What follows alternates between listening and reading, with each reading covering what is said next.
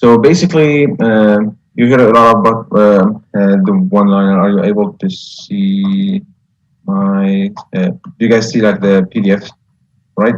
Yeah.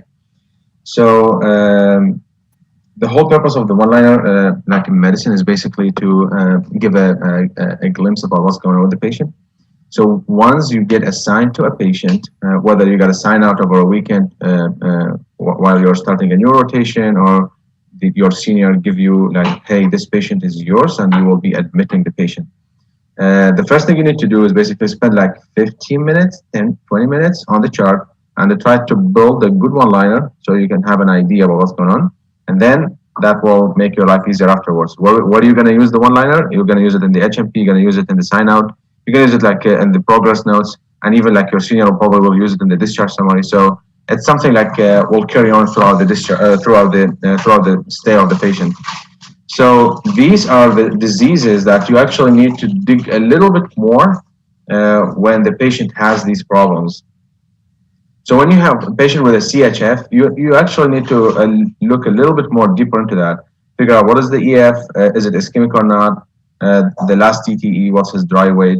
If there's a pacemaker, you need to tell what is the indication for that, and then CAD, you need to mention like did he had a cabbage, had a stents, or anything like that. So these things will basically add up.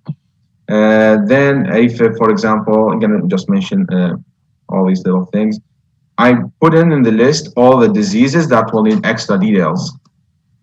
These are the types of diseases that will need to be digged a little bit more. When you mention cirrhosis, always mention all these little details. ESRD, you need to mention if he's on dialysis or not, what is the schedule, because that will make a difference when we consult nephrology and all these little things. Cancer, is it active, not, what kind of treatment, last chemo, seizures, you need to mention when was the last one, what's his medication, HIV, last CD4 count, if he had like a recent surgery, tobacco and alcohol, DVT, is he on anticoagulation. So these are the things that need to be picked up right away. And it will make a difference in the management. And whoever reads the one-liner, it will make a difference in his treatment choices.